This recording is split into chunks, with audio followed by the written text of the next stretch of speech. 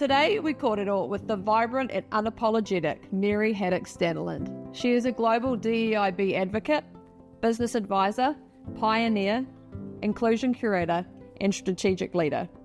Mary was Aotearoa's first C-suite level Chief People and Inclusion Officer. She is on many boards and among many things is also an ambassador for Lifeline. Today we kōrero about being a trans woman in Aotearoa and how allies can better support our rainbow communities. The difference between equality and equity, leaders showing up for their people every single day, being hyper-curious and open, being good to people and not doing mahi with arseholes, and many ways to foster connection. Let's get into it. Kia ora, Mary. Thank you so much for having us in your beautiful home today. Pleasure. Nice to see you. Nice to see you. And I've got so many cool questions today, and I'm so excited for anyone listening because I think around workplace wellbeing and inclusion, this is going to be a really, really important conversation for so many to hear. So thank you very much. But Amazing. We'll kick off with our wellbeing cards. Yes. So these are all about just challenging us to think a bit differently and ask some different questions to connect a bit deeper. So To connect a bit deeper, I have a card. Yep. Tell us. Shall I what's read on the your card. question? Absolutely. Yes, you're not going to know if I don't read the question. What word best describes the way you've spent the last month of your life? Amazing. You know, this time of the year always brings lots of people together and connection and being with whānau and friends. So amazing would be the word. That's a great word. Amazing. It shows where life is sitting for you. I love that. Yeah, yeah. Now, you have a twin brother and you're one of 6. So tell us about your whānau. Tell us about where you're from and how you've gotten to where you are today. Well, huge is also one word, if we're going to stick with the one word theme for this. Huge is one way to describe my whānau unit. Yeah, we've born in New Plymouth, spent a lot of time in Matamata in our younger days. And then moved to Tāmaki Makaurau when we were 11. Went to Papatoe Intermediate, Papatoe High, and really spent a lot of my life in many ways in Struggle Street. That's well documented that I absolutely went through tough times through my teens and into my early 20s. But what landed me here today, I actually don't know how to answer that. I mean, there's so many different streams and threads and people that need to be acknowledged for that. But yeah, I mean, I suppose being unapologetically myself has probably been a key stroke for me. And in many ways, the adversity and the struggles have also led me to this place. You know, the strength that you build within yourself when you're trying to understand who and what and where and how you want to show up in the world, that lends itself to building strength in a strength. So, yeah. Amazing. Yeah. More of that's going to come out throughout our story today. But you've had a massive change recently in terms of your corporate mahi and done a big thing for yourself. So talk to us about trusting your gut and your wāroa as you make those decisions. And what that was. Yeah. Well, I you know, the last part of my corporate world life came about accidentally, actually. I was working in a New Zealand company, and we were acquired by an American company. And at the time, I thought I would just get rolled out of the business in New Zealand and not need to focus on the chaos of what working for an American organisation would look like. And then I met the team in America, and there was a mutual love affair, I suppose. They fell in love with me, I fell in love with them, and so I switched from working for a New Zealand executive and moved into the role at EverCommerce.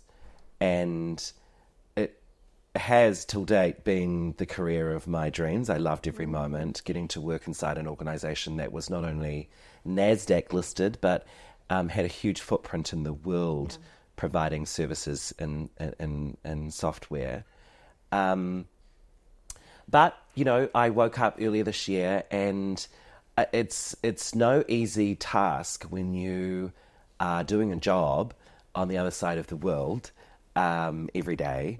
And I soon realised that I am way further away as far as connection to my whenua than I realised. And so this year, having conversations with the team to decide that actually what does good look like for me and how I want to turn up and continue to have the strength to do that. It's probably not going to be working in a NASDAQ-listed global US company anymore. Yeah. So I made the decision last year, November, to exit, and I've been spending since that exit time regrouping and doing a bit of partying and lots of travelling. Just a little bit.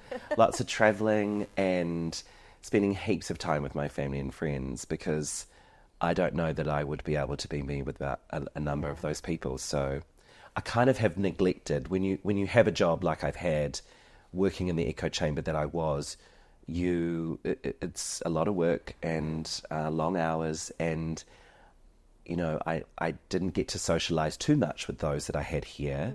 I would miss birthdays and events and special occasions because I would not be either here or in the US. Yeah. So it's always sad when you leave a job. It's always sad when you leave an organisation. But I've got lifelong friends inside that organisation that will be my friends forever. So all is not lost. Yeah. And I think there's a lot to be said on that conveyor belt. Oliver Burkeman talks about, like, this is conveyor belt, and time is going no matter how we want to try and slow it down or speed it up. It's just going at this constant pace. And if we don't intentionally think about the things that make a day good for us, then one rolls into the next, and it doesn't, we've got to be aware, we've got to be like, actually, I want to put a handbrake on this and decide. Yeah, and I suppose so much of my life in my corporate world wasn't run by me. Yeah. I was, there wasn't many days of my life that was not scheduled in a 30-minute, 15-minute window. And so I loved that. I absolutely did. I'm not discounting that. But it was time. And I'm proud of the efforts and the energy and the work that I put into that organisation. I think for me, that job was never just a job. Yeah. As a trans woman of colour from the other side of the world, leading a strategy in diversity, equity, inclusion and belonging, that's really hard to do in a US landscape. Yeah. It's really hard to do in a world that the US is a very complex machine. And I absolutely love Americans. I'm not so sure I'm a fan of America.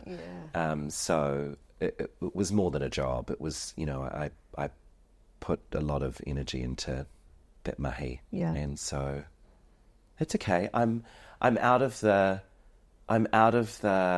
I'm not needed anymore, what am I going to do phase. I think that's something that I was struggling to realise when I knew I was coming to my time, that no one needs me. Yeah. But actually, the most important people in my life now need me, and they probably didn't before. So it's just a bit of a switch. It's just a bit of a twerk. One of my nieces likes to tell me. I'm going to remember that. Yeah. Auntie, you weren't working, you were twerking. And I'm like, if you only knew. Auntie likes to party. No. Yeah. Now, you do a lot of good out in the world, and one of the things you do is being the ambassador for Lifeline. So talk to us about their amazing mahi and what they're doing here in Aotearoa. Yeah, another organisation that I just didn't get a lot of time to spend with them in recent years. But yes, I have been ambassador since 2017 for Lifeline Aotearoa, and they're an amazing organisation that receive no government funding. The kind of gap between the funding that they do receive and what they need is around $1.5 million, and that's growing every year. Wow. But they're an organisation that provide counselling support services to anyone and everyone across the motu, day in and day out. I'm so annoyed that I can't right now remember the figures, but you can go and find it on lifeline.org.nz. But, into the thousands of text messages and calls that the organisation receives every month. And I needed them a lot in a period of my life that they were really there for me. And I actually stand by the fact that if I didn't have that lifeline, things would have been different for me. So I'm incredibly proud to continue to partner with them for so many years, and the work that they do often goes unseen because there are ecosystems that sit outside of the health system, whether that be in Māori mental health or in other mental health organisations, so they don't get as much lights on them as I think that they deserve. But yeah, they're an amazing charity and have just celebrated turning 60 last year, which was a wonderful. I did a heap of stuff with them at the time, but yeah, they are helping save lives every day, and they need as much support as they can get. Actually, that's one of the reasons we do these things and have these conversations with people, to highlight this work that, I mean, they're not in the background, but they are in the background compared to so many that sort of get to sit in the spotlight. So just to keep raising awareness and having conversations, it's just so important. It is so important. And until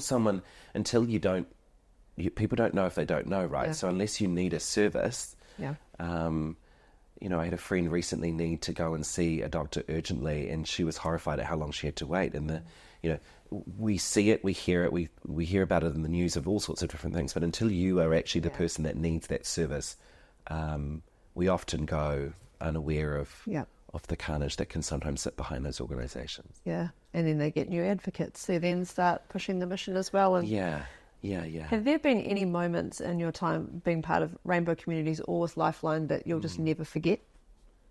I imagine there's many. Yeah, there are many. I mean, I don't actually... I've never really... I'm not anyone fantastic. I realise that there are lots of things that I've done in my career and lots of conversations that I've had to push the door open, scream at people, break the glass and all the things. But I don't think that there's one particular thing that makes me... And I'm very tall and loud, perhaps is maybe the other thing. And I'm very clear on not mincing my words. But... I'm always delighted when someone tells me that I've helped them for some reason, and that can be someone that is, I was at a barbecue recently, and full on whakawhanaungatanga vibes when you go to a barbecue and you're the last person to arrive. On this particular occasion, I was, which is unusual, but I was running late, and so you go and kiss and say hello to everyone. And I said hello to this family who I didn't know. They were friends of my friends' husbands, work friends, cousins, auntie, whatever. And it was warm enough. And how are you? Happy New Year, all the things.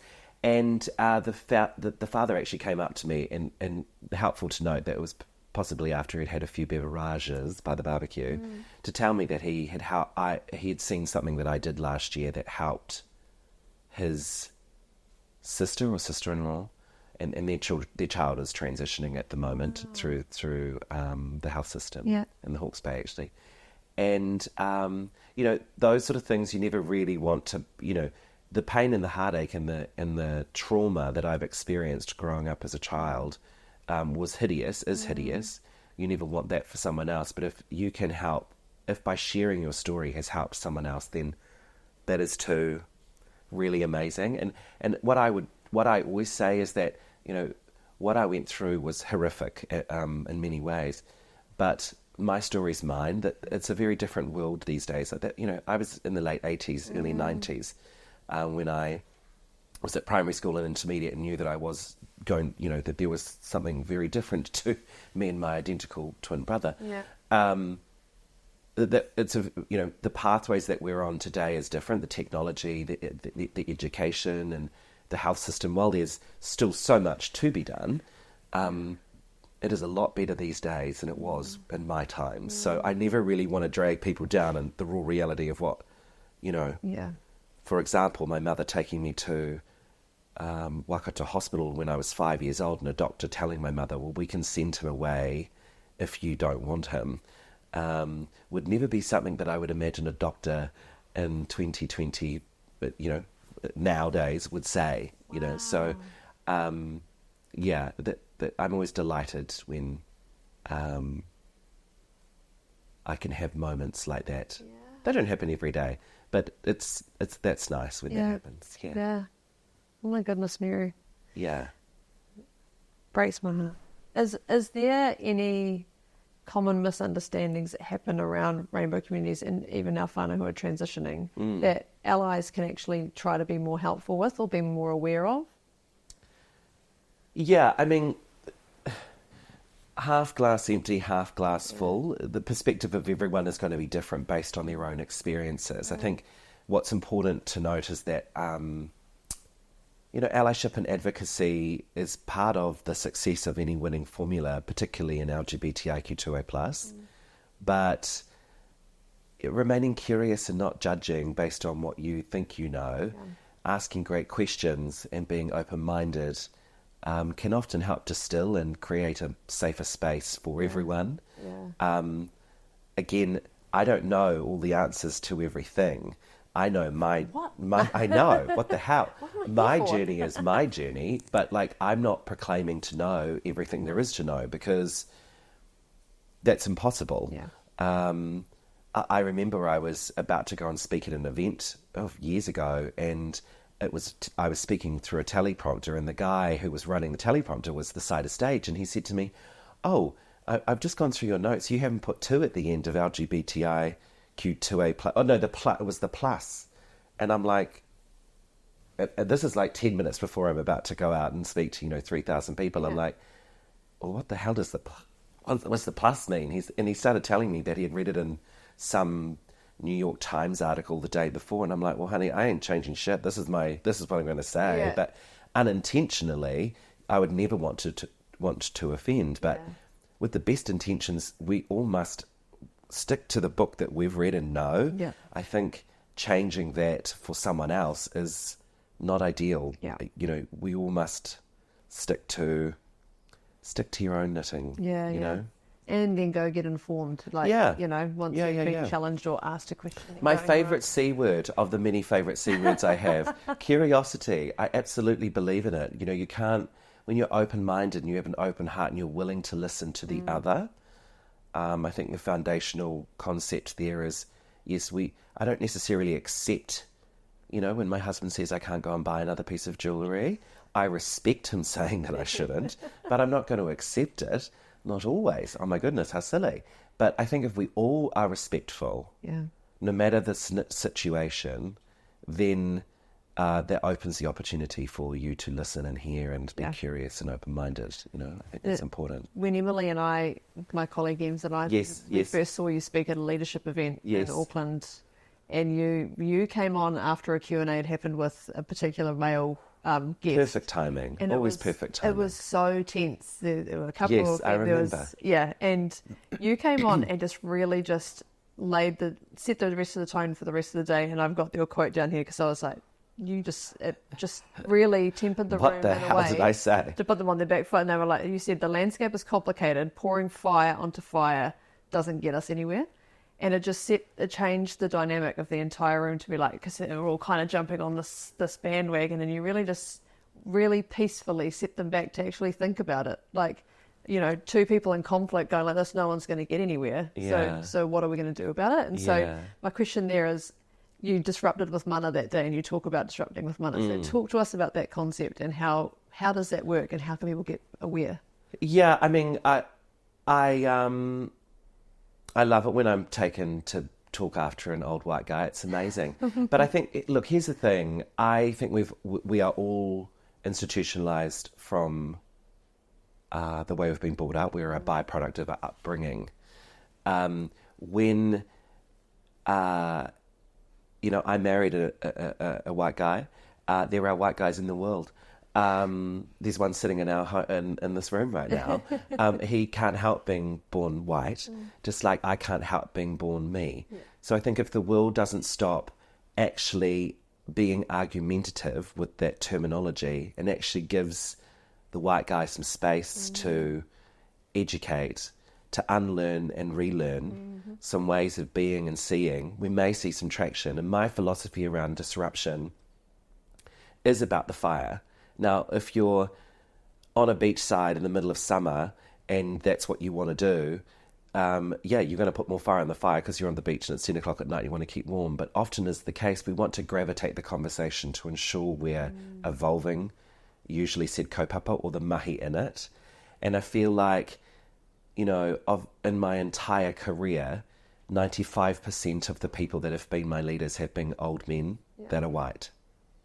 So how is it possible that I'm where I am in my career I'm having a sabbatical, a hiatus, semi-retirement, call it what you like, to kind of, but have accomplished what I have with that stat. Yeah. Let me tell you why. I've given the opportunity to folks to make mistakes, but actually explain why you can't do that, why you can't say that, why you can't show up like that. An example, when I worked in an organisation where I was sitting in front of a CEO of a public service agency in New Zealand, and he was not understanding the gender pay gap issue. And my way of explaining to him was, if you have 2 daughters and a son, and the 3 of them are doing the same job, and your son is earning more than your daughters, how would that make you feel? And that moment of reality of knowing that the light bulb went off, and there's no concept, because he has no idea of what struggle street could potentially look like for others. And so that is the point about equality and equity. I love that people talk about equality. It's amazing, but it's not the bit. The bit is in equity, because in equity, we give people what they need, not what is a blanketed approach whereby we're all standing on the same size boxes. Because if you two are on the same size boxes as Sam and I at a game over the fence, we don't need the same size box. You need something big, you know what I'm saying? I think for me, really, education, knowledge is incredibly powerful, but I think education and making it open so that the other person, like I'm saying, can respect the conversation and is open. They dial down their own skepticism and defensiveness, and dial up their own willingness and want and desire to learn.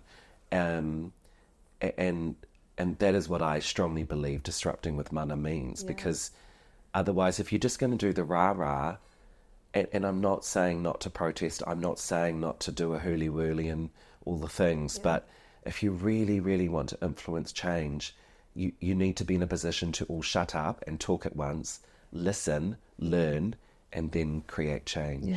Know where we're trying to get to and do it together in a way that we're like.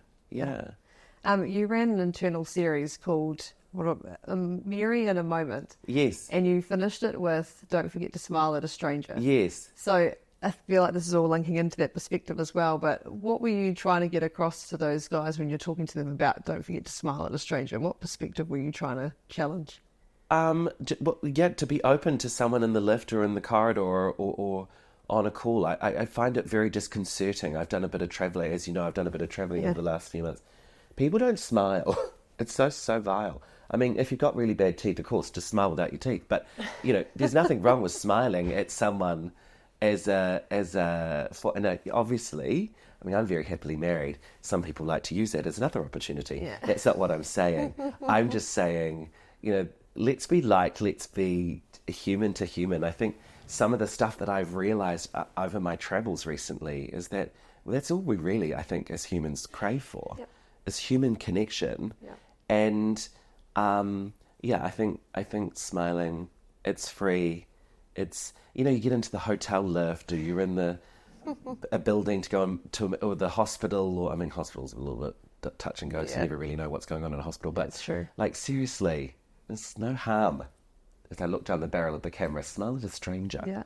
Everyone should. There's a Taylor Swift song, I can't remember which one it is, but she talks about how you get into an elevator and you're awkward, and everyone just looks forward and doesn't acknowledge that there's, and ever since I always try to just be like, hiya, just something. And often there'll be like a different accent that talks back to you or something like that, and you're like, oh, where are you guys from? So that's so cool, what are you here for? And all of a sudden it's different to just need to get out of here, I'm standing in a box, I don't know the people, and different. Now, with all your mahi internationally, and I can talk about this all day because I just think it's so amazing and I'd love to learn as much as I can, but from a perspective of bringing it back to Aotearoa, what would be some key things that we could learn for our workplaces here in terms of belonging and equity and inclusion? What would be some key messages that you've seen now in all that international mahi that would be really beneficial here? Yeah, I mean, I think some of the things that we missed the mark on here in Aotearoa, and while I've been out of the ecosystem for a few years, I've still got a lot of people that are in networks and and I spend time with. I think, data is incredibly important. We don't gather enough data in Aotearoa, and that's not just in, your 15-person, 5-person. I'm talking like large organisations. And of the data we do gather, organisations think sending surveys out to folks, and all they're really interested in is the completion rate of the survey. The information is often less than ideal. So we're dealing with not a lot of hardcore data. I think gathering data is really important. I think how we communicate what it is that we're trying to do as an organisation was a winning formula for me. I was very forward. I was not slow in coming forward with what I wanted to do for the business, because with an employee base like ours, it was, and also the intersectionalities of culture, given that we operated out of 25 different countries in the world. So, I think creating the what and the why, and then what are we going to do to change, from getting that information, what are we promising as a business to ensure is in a strategy that we're going to create change, and how are we going to measure that change? How are we going to make sure what it is we say we're going to do is actually being done? One of those wonderful Māori sayings, too much hui, not enough dui. Yeah. I absolutely acknowledge that a lot of my American friends love to hui. I'm more the dui gal, but they with the best intentions. It's complex when you work in an environment like America, for example, where there, it's very hard to ask a lot of questions. Although they do, and that can get yourself into trouble. So I think being open and honest and genuine about what do we need to get from the business, what do we want to improve, and explaining that, communicating that effectively, I think is going to get great outcomes for anyone. I think since my exit, it'd be safe to say the phone's rung a few times from various businesses who want to talk to me further about what work can be done in their business, which I think is amazing. That there are lots of different organisations out there doing lots of different things across pride, gender, well-being. Your organisation. There's lots of wonderful organisations doing great things, but how can collectively we be part of making Aotearoa a better place is probably something that I'll be looking forward to focusing on this year. I love that. Yeah. I like that collective approach. That's exactly what it is, right? And we don't have to, a lot of organisations try and do lots of different things, but actually if we just do this bit well, then those guys will do this bit well, and together. Yeah, and I think we have to lift out of also this mindset that company to company we're trying to do better. It's a collective effort, honey, because here's the thing, talent goes from A to B to C. So if we're all rowing in the same way in the waka, how can there possibly be something that sure, there's going to be rough waters, there always will be, but I think a problem shared is a problem halved. Organisations should be sharing with other organisations. You see it in Spark and in Vodafone. They're constantly chitter-chattering amongst themselves about what they're doing and what they're not doing. We shouldn't be worried about industry. We're not trying to steal the numbers from your P&L. We're trying to create change for the most important asset in your business, which is your people. So I'm all for sharing, and I have a plethora of stuff that folks have asked me for over the years that I'm always open to sharing with, because why would you not want to evolve the entire echo chamber rather than just your own, Yeah.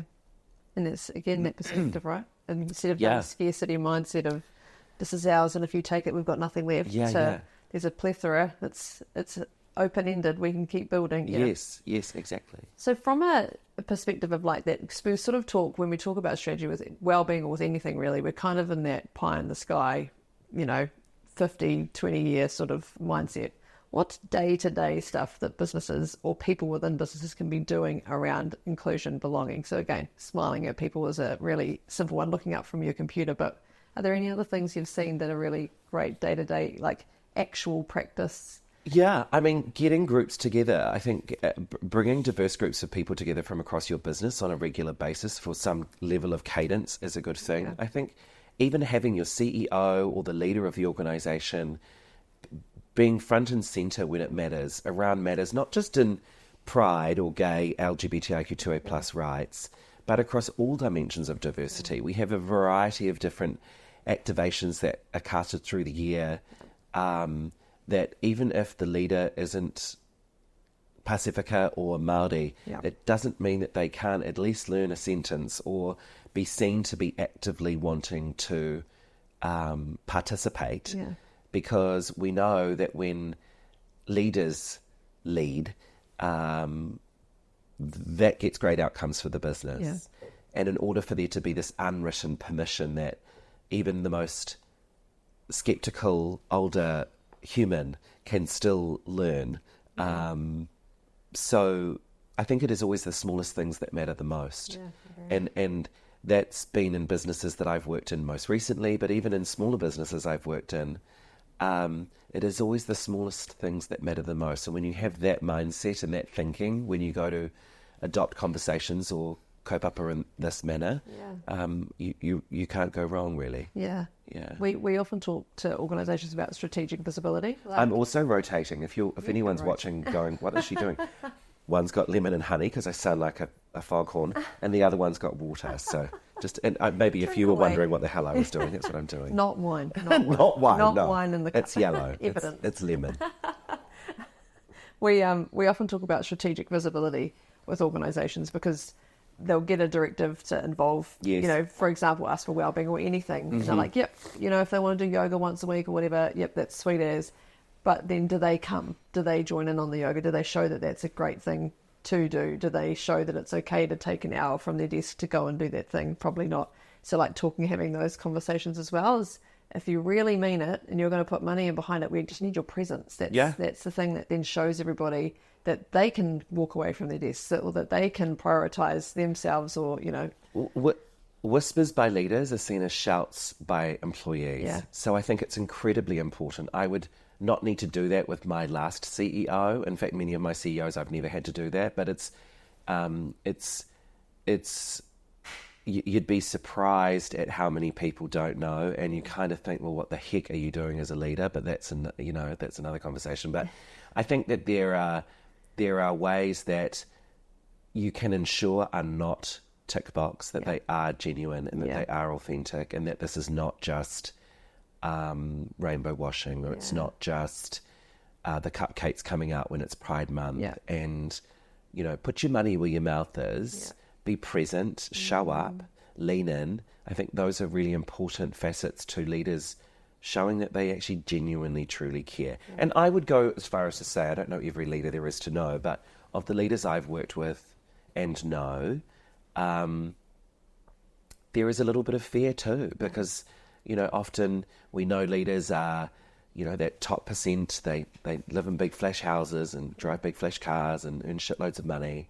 But that we are all human. We're all human, needing the same ingredients, the same nutrients. We all go to the wharepaku. We all do this, we all do that. We all need what everyone else needs. That I think that the perception and the preconceived notion that people used to have of me used to really piss me off, because, yes, I had this gigantic title and I had a senior role, but I still wanted people to know me and be connected to me for me, and I am still a human. And I think that's really important for leaders to remind themselves of, that, your participation and your visibility is incredibly important. Incredibly important. There's so many, my brain's ticking as you're talking, but there's so many approaches to this, so many of we can't do that because we need to be here and they need to be there for them to respect this and me be the boss. And you're like, and they can't know that about me, because then the lines will get too blurred. And I think it's a really you mean around vulnerability? I think it's a really interesting conversation to niggle away at and start challenging on. No, I think you can still be a leader. In fact, I know you can still be a leader and just be, this is what's going on for me today kind of thing. And that's the only way I've ever led, and I've led some amazing teams that are incredibly high performing and get shit done. But I am very open and honest. I sometimes don't have great mental health.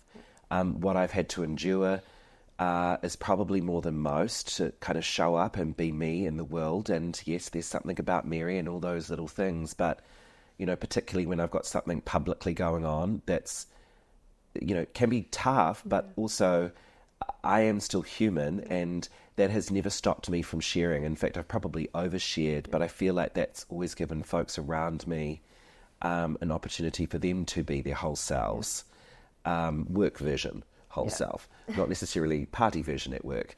But even when I've partied with work people, I mean, as part of my farewell tour when I left my organisation, the memes and the photos of me partying with people all around the world came out. It's much to my horror, but it's true. I mean, I am human and I like a wine. Yeah. And I may take my shoes off and dance on a bar sometimes. What's wrong with that? Twerk's coming. Twerk. Because she's twerking. Speaking directly to those big weeks of work and the juggle, there's sort of that difference between just suck it up and get on with it when it's a bit tough versus suck it up and get on with it when you're in the weeds and you've got nothing left to give. So what advice would you have for someone who is really struggling with that burnout, who's trying to sort of keep going, but how can they communicate to get support and potentially look at making those changes for themselves? Yeah, this is probably the standout question of your questions that I've been thinking how to answer. That I think for me, and I can only speak to my experience, having a really supportive group of people around you to help you get what you need to get done. And I know I'm in a position where I can have that, and I realise that isn't always the case for every single body. So acknowledging that being open and honest with yourself, holding the mirror up and standing in front of the mirror every day, you are responsible for what that vision back to you puts out to the world. Yeah. And if I can be perfectly honest with you, through parts of last year, I didn't know what the hell was going on there. So when I looked in the mirror every day, and sometimes I was working mountain hours, so my first meeting of the day would be 3 a.m. So when I'm looking at the mirror, it's 2:15 a.m. So she wasn't looking like this at that hour of the day. But I think she probably was.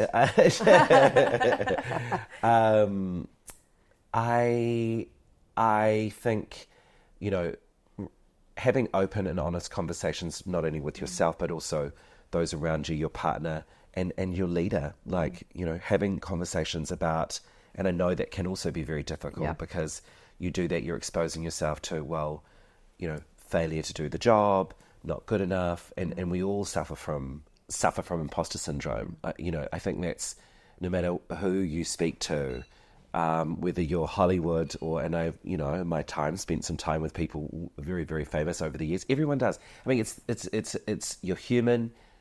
You've got a heart. That's just going to be. I think also everyone has influence. I think everyone, and I truly mean that. A lot of people over my career have said, "Oh no, it's because you're this, you're that." No, let me tell you, and I know you have children. If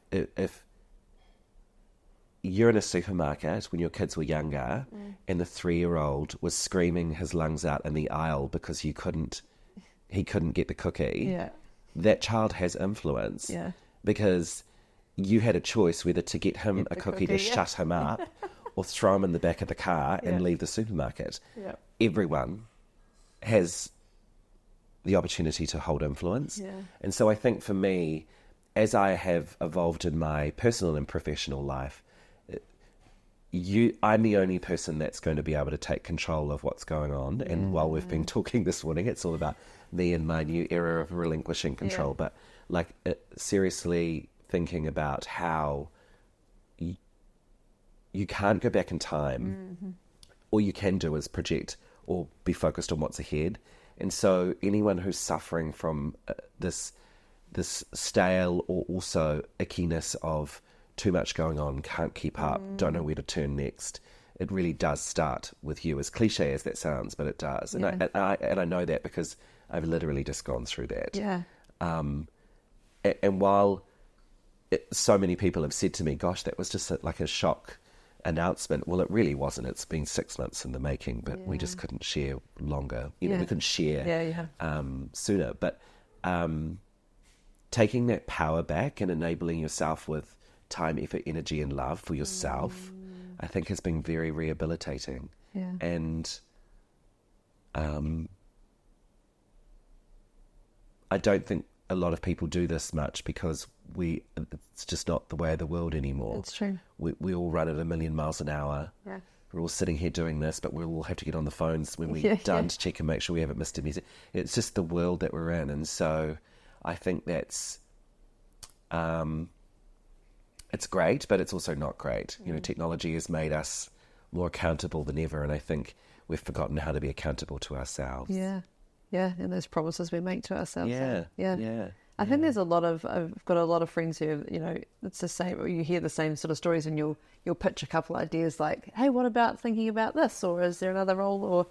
And it's always like, no, that wouldn't work because, and so I think it's a lot of bravery and courage that it takes to first even come up and out to say, actually, I need to look at another option. And then there's another whole lot of bravery and courage to actually make a decision when you haven't got much control at that point to be like, so I don't know how this, you know, where this is going to take us, or if I do stop that, will the next thing even work? Will I have to go back? And I think there's that courage and bravery around actually. There's one thing to say to have like, this is annoying, I wish I didn't do this, but that decision making, I think, is we're almost frightened to step forward to make a different choice. Yeah, and not everyone can do. You know, everyone's backyard and scenario is different to others, right? I know that, you know, it's now time for my husband to be the breadwinner for a while.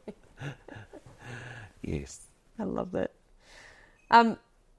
We've already talked about this. We've worked with David Galbraith, shout out DG, who is an amazing psychologist, and he's worked with you know, a plethora of amazing humans, and he talks about being a quintessential weirdo, and that's basically just living your most authentic, true life. And I feel like when I sit in your presence, either online when we first met or here, like that's what I feel from you, is you're like, right, this is me. And I think it takes a hell of a lot to get to that confidence to be that. But how can we promote that in our workplaces around our belonging again, to actually tell people we want to know who you are, not just the surface level stuff, but how can, in a safe way, because often, you know, we still have our rules in workplaces. Yes. But how would you encourage that at workplaces to bring that full self? Yeah, I mean, the whole self stuff, it just, I don't know whether there's much I would vary from what I've shared earlier around leadership. I think if leaders are showing up and being themselves, you see so many amazing leaders drop on socials that, you know, I finished work on Thursday because I needed to go and do this and that. And I've, you know, a lot of folks in recent weeks and months talking about how they you know, they appreciate that their wives have had to give up so much of their life to be able to mother and to look after the children. And so I think the whole self stuff comes from the fact that if you are modeling, if you are being given permission by someone who is senior to you, that is in itself, it doesn't have to be, you know, said CEO or board, it could just be the immediate manager of a team of people, then that is enabling and empowering for everyone. I think the other way to do that is through constant sharing, you know, whether that's in, you know, shared stories, shared visions, storytelling with your organization is incredibly important. I had a CEO once say to me, they actually asked me to go and speak at a conference, and I said I was unavailable to do that. And I said, but why don't you? You've got an amazing story about your grandson coming out to you. He now lives with you. That the business don't know. And he was like, oh my gosh, there's no way I could do that. And I'm like, trust me, you're not only going to save yourself a shitload of money because I'm not coming. You are also, you are the leader of this business. And he deliberated on it for a while and then texted me and said, look, I'm going to do it. I'm shit scared. And I was like, why are you scared? Like, seriously, this is your story. You don't need a script. You have all the... I basically counselled him through it. This guy of 30, 40 years in business, and here I am giving him some advice. And he shared... He opened the conference, shared. There apparently wasn't a dry eye in the house. I can imagine. And he won some serious cred from his business. And we're still in touch today. He's not in that organisation anymore. But, you know, when it is often also, as I say, the smallest things that matter the most. It's often the most simplest messages that land, and the depth is actually a lot bigger than people realise. Yeah. I love that. Yeah. It's just being authentic, isn't it? It's just telling. Well, telling yeah, it from the is. heart. I don't know that there's a winning formula. Of course, you could have a few extra skills up your sleeve if you really wanted, and some wonderful more tools in the kitty. But yeah, I think those are that is an absolute foundation piece. Yeah. Anything more added to that is just building blocks of goodness, I think. Yeah. Before you describe yourself as really curious, and when we talked, you call it hyper curious, and being hyper open, which I loved, and that's joining my vocabulary now. You're welcome. In terms of leadership, and with hyper curiosity and hyper openness, how do you help your teams to think for themselves and to be open to that learning? Do you have a particular way? Are there questions that you ask or encourage them to go and find out? It's a blend of all of that. I don't have a rule book per se. I mean, depending on where I'm at in where they're at in their journey, I think the baseline to leadership and teams for me has always been, I always hire much cleverer people than me. Yeah. I always want a fun and open and fierce and focused group of people around me. Yeah. I always want to make sure that I am help enabling them to go on to better things, because no one's going to be in a business forever. So I always have the mindset of throwing as much at someone, good nor, well, not bad, but there are days where, shit's at the fan and lots needs to get done. But I would say a lot of the folks that I've worked with, and I never have this, you work for me, I'm your leader, we work together. I've never said that. I don't subscribe to the hierarchical ways that was once a 1990 approach. We are in this together. Yeah. And I think that there is also, everyone works differently. It's the point about having a diverse group of people that work in your environment. So what someone needs over someone else varies. So how can I, as a leader, make sure I understand what it is that's required from each person in order to get the best out of them? Yeah. And I think as my career has evolved, I've had less people as I've gotten further up the pecking order around me in a direct reporting line. So I've been lucky in the sense that I've also had great people.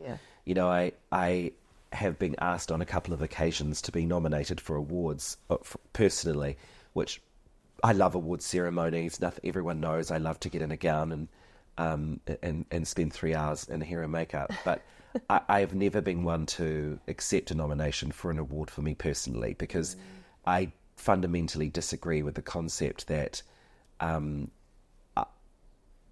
I can't be me. There is a plethora of people that help make me possible. Yeah. Some of them you've already met today. I don't believe it should just be on the merits of myself. Yeah. The teams, yes, absolutely. If there is a team award up for the go, yeah, sure. But there are multiple ways that you can be a great leader, and one of those top things for me is the team that you have around me.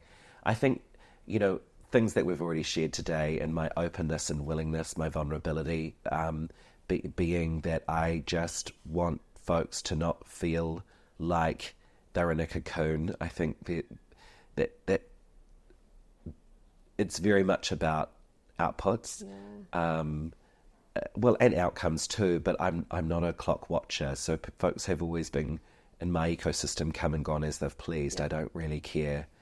Having that flexibility mindset, I think, is, if that's not something that a leader is adopting in today's world, then it's a bit strange to me. Yeah. We talked to Andrew Barnes and Charlotte Lockhart, the founders of the 4-Day Week, right?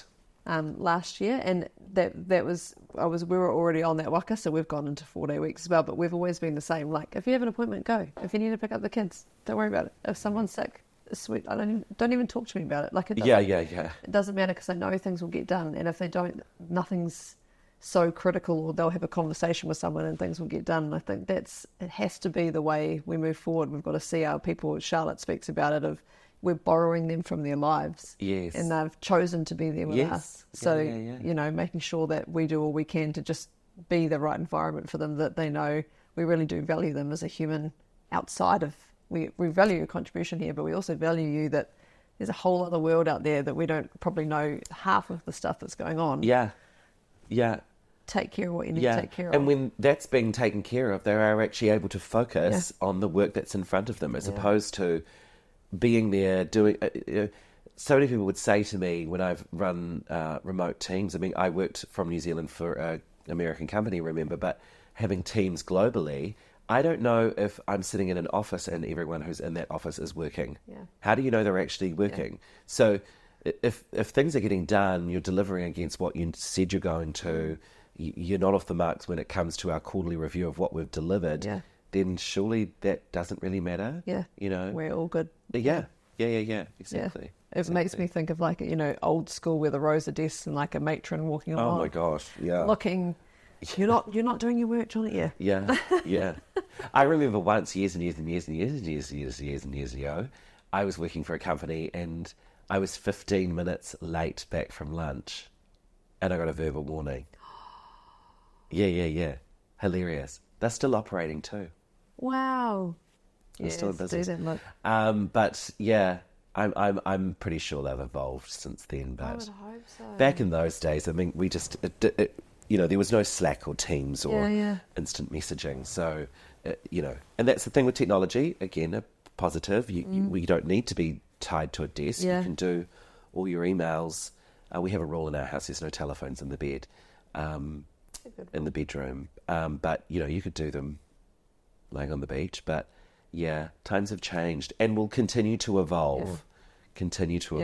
There is still much mahi to do because an organisation who shall remain nameless that my mum used to work for, they get hassled if their toilet break has been too long and if it has happened outside of the prescribed times where your toilet break is, and then that gets shared with the whole team in front of everyone. So-and-so, you took 4 toilet breaks instead of just the 2.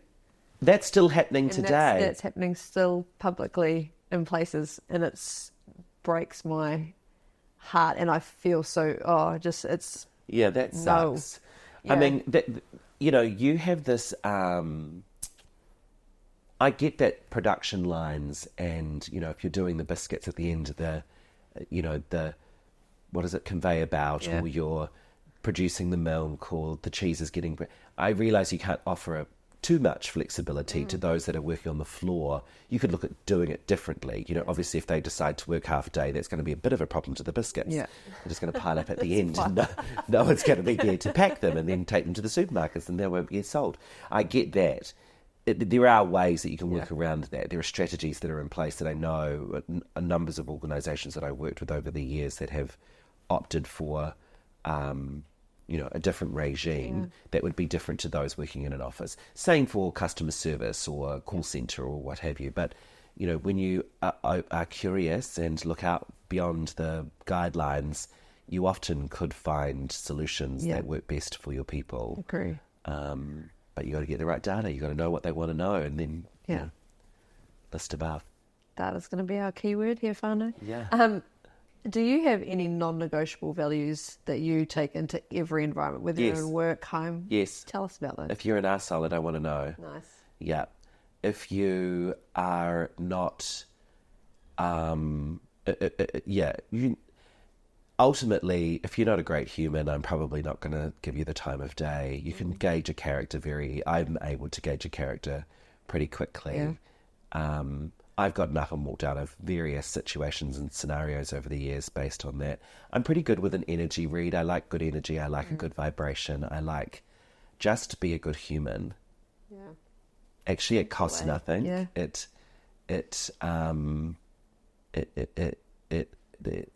costs nothing. For the work environment, I mean, company values need to align with my values for sure. It needs to be a good environment, a good culture. But don't be an arsehole. It's pretty simple. And be good to other people. Yeah. It's a real simple way. Yeah, sometimes I'm like, how are we not just all adopted these rules? I have no idea.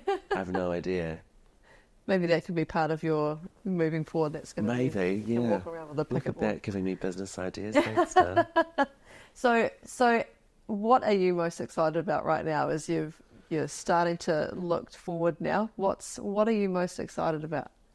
I am most excited about the opportunity to continue to create change in lots of different ways. I haven't quite landed on whether that's going to be something more permanent or a mixture of things. You know, I sit on a number of boards and do a lot of speaking, and I am in a fortunate position to look at opportunities to give back more. Yeah. So, and on my time and my terms, which hasn't always happened. And so, as well as, and probably the most important, spending time with those I love the most, that you just never know when things can change. And I have a huge family. I have 22 nephews and nieces. Wow. And 11 great nephews and nieces. So, Willie and I don't have children. We don't need to have children. So I'm really looking forward to spending time. I've got some significant travel plans for 2025. I've got a lot of, people turning 21 and 30 and weddings. And so just being present and available to be here is a real gift, and I don't take it lightly. I appreciate that not everyone has this opportunity, and I've never had a career hiatus before, so I'm really looking forward to all of that. Yeah. And so much more. And so much more. So much more. So much more. I love it. We have one final question for you. So every interviewee asks the next interviewee a question, and they don't know who we're going to interview next. Right. So this is your question here. So if you could read that out for us and then answer it. What do you love the most about yourself?